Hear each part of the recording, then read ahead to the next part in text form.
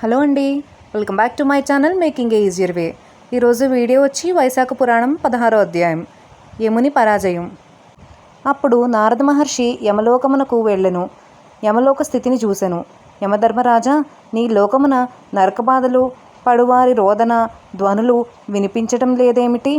చిత్రగుప్తుడును ప్రాణుల పాపాల లెక్కను వ్రాయటమాని మునివలే మౌనముగా నున్నాడేమి?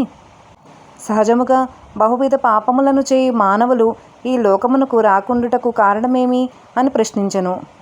యముడును దీనుడై ఇట్లనెను. నారద మహర్షి భూలోకమున ఇక్ష్వాకు వంశము వాడైన కీర్తిమంతుడను రాజు మిక్కిలి విష్ణుభక్తుడు.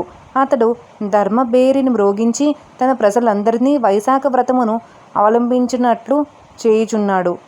చేయని వారిని తీవ్రముగా శిక్షించుచున్నాడు. అందువలన ప్రతి వారును భక్తి వలనను దండన భయముతోనూ తప్పక వైశాఖ మాస వ్రతమును ధర్మములను ఆచరించుచు చేసిన పాపములను పోగొట్టుకొని విష్ణులోకమును చేరుచున్నారు. అందువలన నరకమునకు వచ్చువారెవరునూ లేక వైశాఖ స్నానాదుల మహిమ వలన శ్రీహరి లోకమునకే పోవుచున్నారు. అందువలన నేను మ్రోడైన మానువలే ఉంటిని.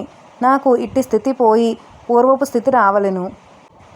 అందులకై ఆ రాజు పైన దండెత్తి వానిని చంపదలిచితిని. యజమాని చెప్పిన పనిని చెయ్యక అతడిచ్చు ద్రవ్యమును తీసుకొని ఊరకుండువాడు తప్పక నరకమునందును నేనును బ్రహ్మచే యమలోకమున పాపులను విచారించి శిక్షించుటకై నియమింపబడి ఇట్లు ఊరకుండుటయు నాకు పాపమును కలిగించును. ఆ రాజును నేను చంపలేకపోయినచో బ్రహ్మ వద్దకు నేను చేయవలసిందేది అని అడిగెదను అని యమధర్మరాజు నారదునికి చెప్పెను.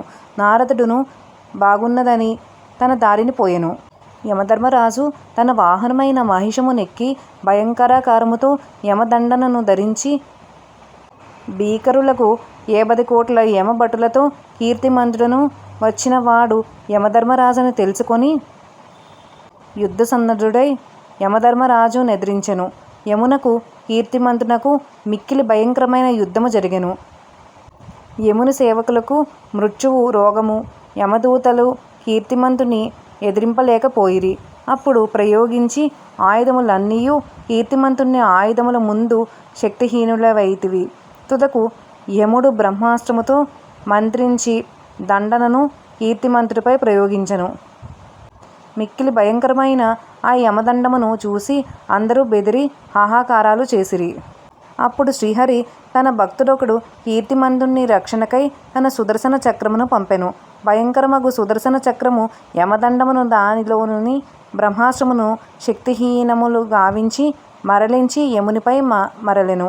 విష్ణుభక్తుడును కీర్తిమంతుడును శ్రీహరికి నమస్కరించి ఆ చక్రమునిట్లు స్తుతించెను. కీర్తిమంతుడు ప్రార్థింపగా సుదర్శన చక్రము యముని విడిచి దేవతలందరినూ చూచుచుండగా నా రాజు వద్దకు వచ్చి నిలిచెను. యముడును తన సర్వ ప్రయత్నములను వ్యర్థమగుటను గమనించెను. కీర్తిమంతుడు సుదర్శనమును ప్రార్థించి తనను రక్షించుటను చూసి మిక్కిలి అవమాన విషాదములను పొందెను. అతడు తలవంచుకొని సవిచారముగా బ్రహ్మదేవుని వద్దకు పోయెను. ఆ సమయమున బ్రహ్మ సభ తీర్చి ఉండెను. మూర్తములు అమూర్తములగు వారిచే బ్రహ్మ సేవితుడై ఉండెను. బ్రహ్మ దేవతల కాశ్రయమైనవాడు.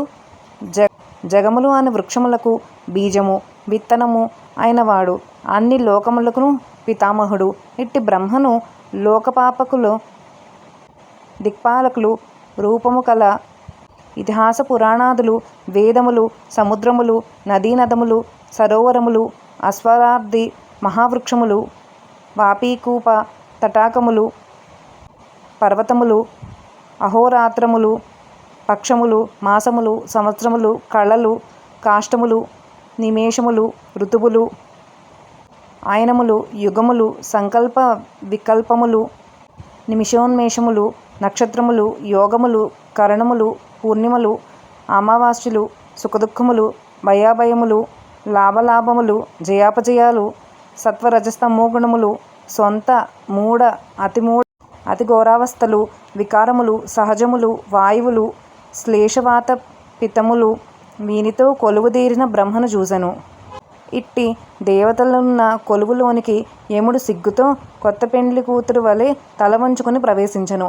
అట్లు సిగ్గుతో తన వారందరితో వచ్చిన యముని చూసి సభలోని వారు క్షణమైనా తీరకయుండని ఇతడిక్కడ ఎందుకు వచ్చెను, తల వంచుకొని విషాదముగా నుండుటకు కారణమేమై ఉందును? సభలోని వారు విస్మయపడిరి. ఇతడు వచ్చిన కారణమేమి? పాపపుణ్యములను తెలుపు పత్రము కొట్టివేతలతో నిండుట ఏమి అని ఇట్లు సభలోనున్న భూతములు దేవతలు ఆశ్చర్యపడుచుండగా యమధర్మరాజు బ్రహ్మ పాదాలపై పడి దుఃఖించుచు రక్షింపుము రక్షింపుము అని ఏడ్చెను. స్వామి, నన్ను రక్షించు, నీ ఉండగా నేను పరాభవము పొందితిని. మానవుల పుణ్యపాపములు తెలుపు పటమున పాపములను నేనే రాయించి నేనే కొట్టి వేయించవలసి వచ్చింది. నేను నిస్సహాయముగా చేతులు ముడుచుకొని ఉండవలసి వచ్చింది అని పలికి ఊరకుండెను. దానిని చూసి సభలో గగ్గోలు బయలుదేరెను. ప్రాణులన్నిటినీ ఏడిపించు ఇతడే ఏడ్చున్నాడేమిటి? అయినను జనులు సంతాపపరచువాడు శుభమును పొందిన చెడు చేసిన వాడు చెడును పొందక తప్పునా అని సభలోని వారు పలు విధములుగా తమలో తాము అనుకునిరి. వాయువు తన సభలోని వారిని నిశ్శబ్దపరిచి బ్రహ్మ పాదములపై వ్రాలిన యమధర్మరాజును దీర్ఘములు దృఢములగు తన బాహువులతో పైకి లేవదీసెను. దుఃఖించుచున్న అతనిని ఆసనమున కూర్చుండబెట్టి యోరడించెను. నిన్ను పరాభవించిన వారెవరు? నీ పని నిన్ను చేసుకోనియకుండా అడ్డగించిన వారెవరు?